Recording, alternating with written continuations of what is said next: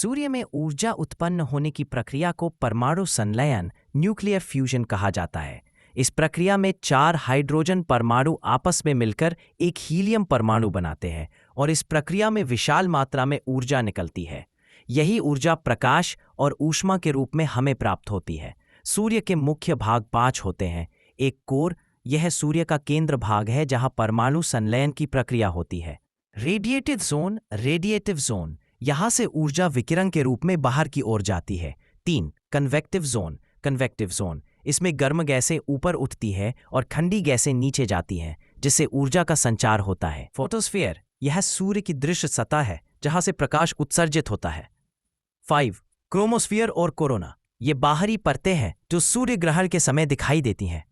Corona का तापमान कई लाख डिग्री तक होता है। सूर्य का प्रकाश पृथ्वी तक पहुंचने में लगभग 8 मिनट 20 सेकंड का समय लेता है। सूर्य की ऊर्जा से ही पृथ्वी पर ऊर्ध्वता परिवर्तन, जल चक्र और पौधों में प्रकाश संश्लेषण की प्रक्रिया संभव होती है। सूर्य की गतिविधियां जैसे सूर्य धब्बे, सौर ज्वालाएं, सोलर फ्लेयर्स और सौर पवन, सोलर विंड, पृथ्वी के वातावरण और उपग्रहों को प्रभावित करती है।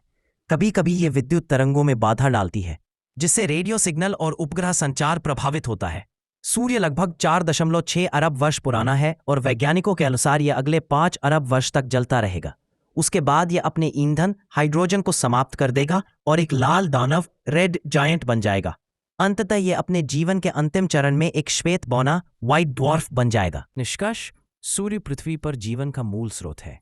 इसकी ऊर्जा से ही हमें प्रकाश, गर्मी और जीवन की निरंतरता प्राप्त होती है। यदि सूर्य न होता तो पृथ्वी अंधकारमय, बर्फीली और निर्जीव ग्रह बन जाती। इसलिए सूर्य को न केवल वैज्ञानिक दृष्टि से बल्कि आध्यात्मिक दृष्टि से भी अत्यंत महत्वपूर्ण और पूजनीय माना गया है।